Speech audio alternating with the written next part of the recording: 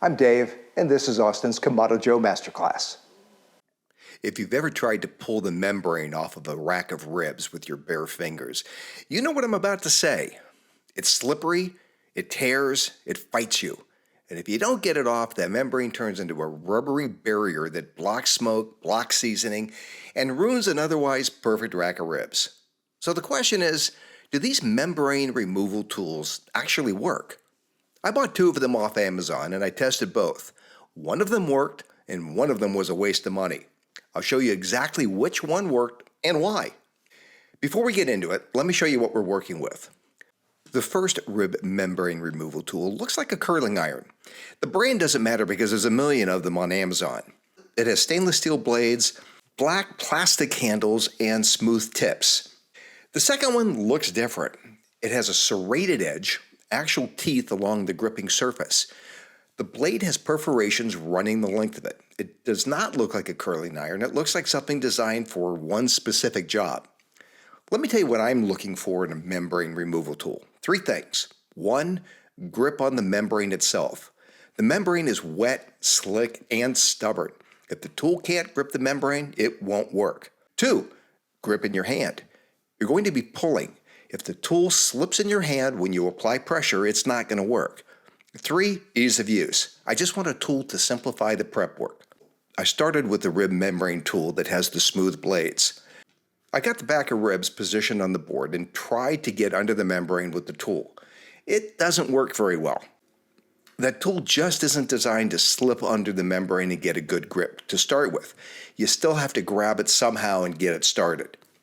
The tips of this tool are smooth, so there's no texture, no serration, no bite on the membrane. And the second you squeeze down on the wet membrane, it slides. You're applying pressure, but the membrane really isn't going anywhere. It just sort of rolls between the blades. I tried repositioning it. I tried gripping it tighter. I tried a different section of the membrane. Same result every time.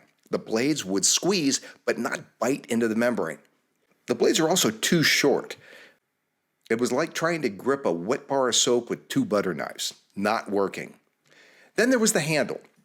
They call it ergonomic. I'll give them this. The grip is comfortable when you're not doing anything with it. But the second you're squeezing hard and starting to pull, well, the tool just wants to rotate in your hand. There's just not enough handle to generate leverage, and even if there was, the tips don't grip well anyway. To be fair, the steel is thick and it's dishwasher safe.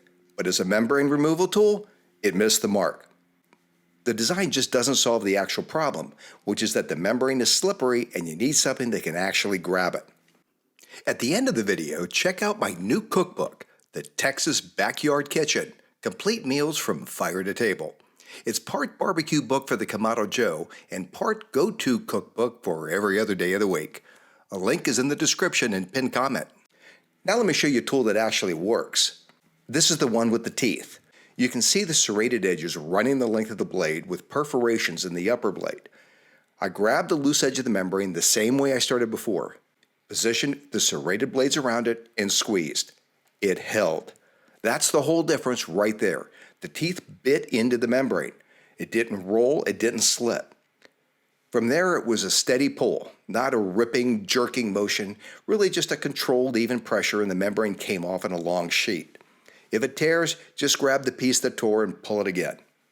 The handle is great. It has a thick, rubberized surface that's very easy to grip.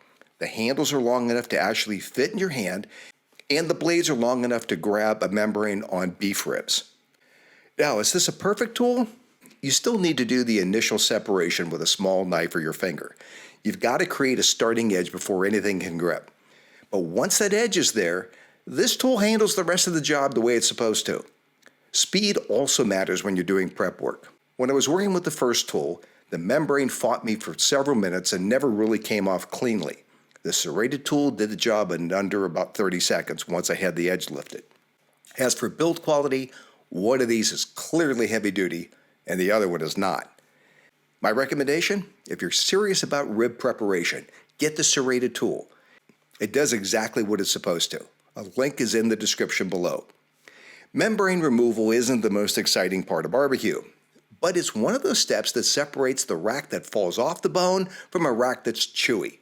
Get it right and everything that comes after, the rub, the the smoke, the wrap, works the way it's supposed to.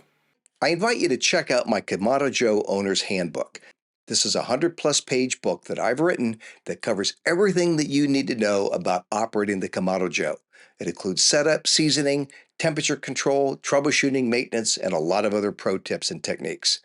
Hey, if you liked the video, let me know, and please subscribe and turn on notifications. I've got new barbecue videos from Austin's Kamado Joe Masterclass every week.